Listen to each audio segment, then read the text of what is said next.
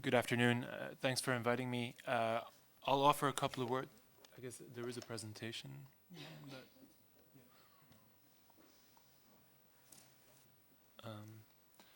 I will speak to the issue of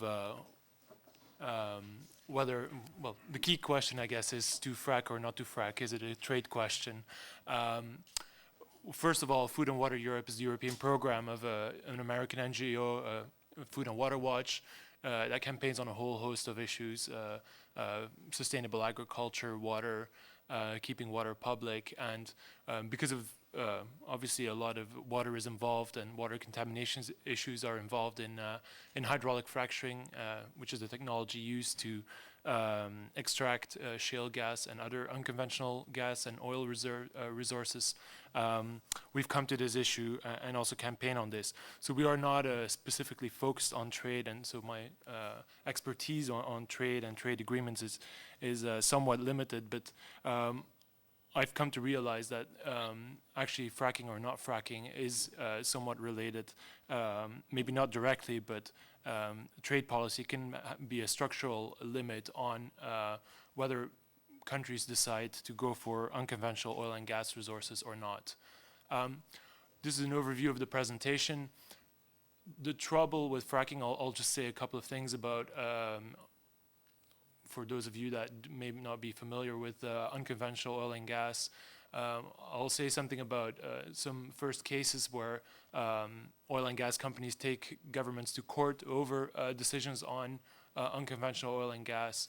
I'll say a couple of words on this, the negotiations on the Transatlantic Trade and Investment Partnership and its link to decisions on energy policy, and I'll conclude with some remarks.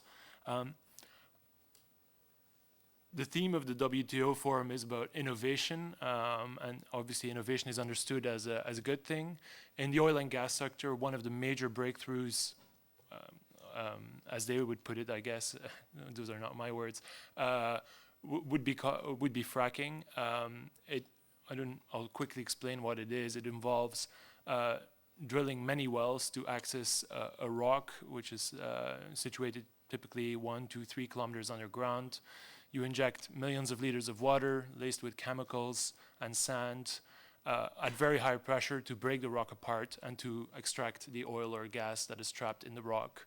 The reason why oil and gas companies are going for these unconventional resources is that conventional resources are declining, and so this is a new lease on life on a new wave of fossil fuel extraction, which, you know, as the IPCC pointed out just days ago, the Intergovernmental Panel on Climate Change, that burning fossil fuels is part of the problem, not part of the solution.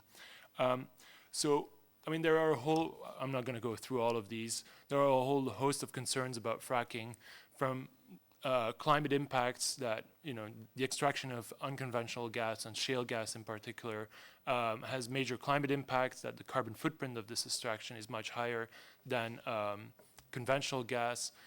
There's a whole lot of water that is involved, often in dry areas like Texas or Colorado. Well, there are issues around water contamination, where methane leaks into underground aquifers. There's impacts for local populations in terms of air quality, when some of this wastewater gets evaporated and benzene and volatile organic compounds affect local air quality. Sometimes chemicals are used, sometimes the injection, diesel or other petroleum derivatives are injected into the underground as a friction reducer to, you know, facilitate the extraction of the gas and the oil. Obviously there's a lot of land use involved, noise. Sometimes, you know, injecting water at high pressure can unleash some minor earthquakes. Obviously there are social impacts because all this water needs to be trucked in and out of the sites. So a whole range of impacts which make fracking a big decision to do. I mean, this is a picture of Colorado where you can see all the well pads. So it's a very intensive industrial activity. So once you go down this road, you have to prepare for a lot of impacts. And it needs to be very well thought out. I think this is, as an introduction to fracking, I think this is what you need to know. In terms of the economics of fracking, there's also a lot of, I don't know if you read The Economist or other publications, there's a lot of hullabaloo, a lot of talk about a bonanza, low prices forever thanks to shale gas. I mean, I work in Europe on a campaign to ban fracking. You know, the idea that this will somehow reduce gas prices or oil prices in the near future is just not true. Large-scale extraction is 10 years away in Europe. There is no service sector. We know very little about the quality of the rocks that we have in Europe. There are high costs involved. Once you start with shale gas, you have to keep on drilling to keep up production because of high decline rates. It's highly uncertain that, you know, if you want cheaper energy, that this is the way to go, because you would have to develop such huge quantities of shale gas that that this is unlikely to be the result. Also, shale gas, in terms of its impact on energy independence, particularly in Europe, there's a big concern about getting less dependent on single suppliers of gas like Russia or Ukraine. So I think it's very unlikely that shale gas will deliver this.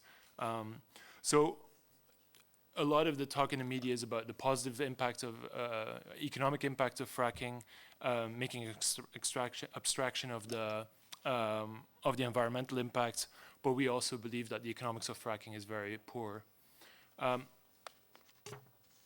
So there are lots of questions, there are lots of concerns, and this is obviously, these questions and concerns are not fringe issues. In Europe, a number of member states have banned fracking. They've said, no, thank you. This does not fit with our national energy needs and policies.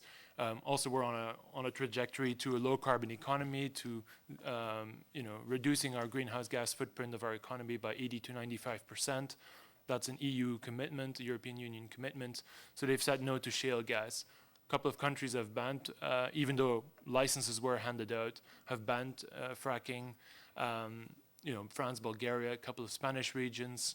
There are moratoria in place in some member states to study the impacts of fracking, the environmental impacts.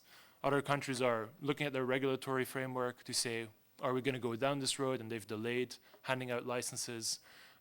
Some licenses have been revoked. And countries around the world are looking at new environmental rules. I could have added the US there as well.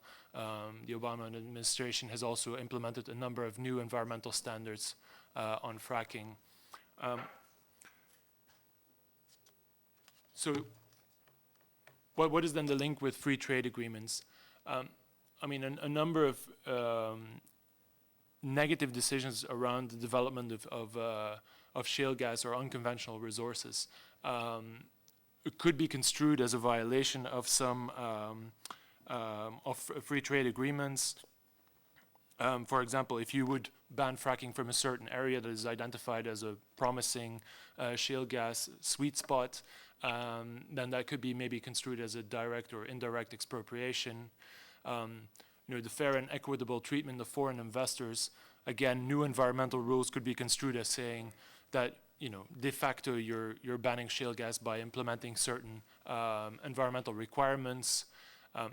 Investor-state dispute settlement processes that could be part of some free trade agreements could be used to put pressure on member states to not revoke licenses and to not introduce some environmental rules. So it would give a huge it would give some leverage to oil and gas companies to really put pressure on governments to forge ahead with unconventional oil and gas extraction.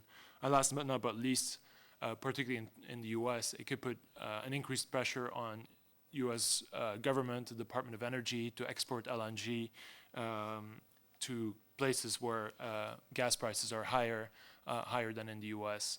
And so these are some of the impacts from free trade agreements. I mean, the first case that we saw, the reason why we kind of started to take an interest in the link between free trade agreements and unconventional oil and gas is the case of Lone Pine Resources Incorporated versus Canada. The Quebec government had looked at the impacts, had studied the impacts, you know, commissioned a study on the environmental impacts, the climate impacts, the health impacts of shale gas. And they said, well, probably this is not the road that we want to go down. An election was fought on, among other issues, on whether or not fracking should be allowed in Quebec. a new Quebec government comes in and says, well, probably we want a moratorium to further study these impacts of fracking and see whether it fits with our energy needs. And then Lone Pine Resources took the Quebec government to court over to an investor dispute settlement to resolve the issue of the Quebec moratorium on oil and gas, unconventional oil and gas extraction. So there's some quotes there from the lawyer of Lone Pine Resources, and they also demanded $250 million in damages, which is probably more than they would have made from actually extracting the resource, I would argue. Next slide. I think there's also a cause for alarm in the European Union about this transatlantic trade and investment partnership. Here are some quotes from a letter from Chevron to the US trade representative, which makes very clear that Chevron is planning to invest billions of dollars in this, in developing shale gas resources in Eastern Europe and Ukraine, and that a free trade agreement like the TTIP would really give them leverage to protect their investments over the long term, even if governments would decide to go a different route or to revoke licenses or to impose environmental standards, which would impact the profitability of their operations. So I think it makes explicit the link between shale gas and our discussions here. To sum up, in our view, regulatory standards should be set through a democratic process. Whether it's banning fracking, policymakers should not be, elected officials should not be compelled to defend why more stringent environmental rules on fracking are necessary.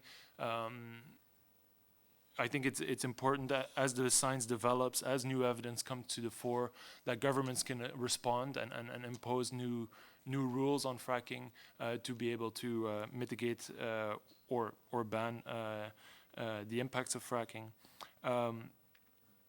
So it's important to keep the policy space for this low carbon transition and not to be locked in once you've offered licenses for unconventional oil and gas extraction that you're forever tied to that. So I think I would agree also with Scott when he said that free trade does not lead to fracking. I think the impacts are more structural in terms of locking in and limiting the policy space available to governments whether or not to proceed with this controversial process. So I'll leave it at that, and there's my contact details on the last slide.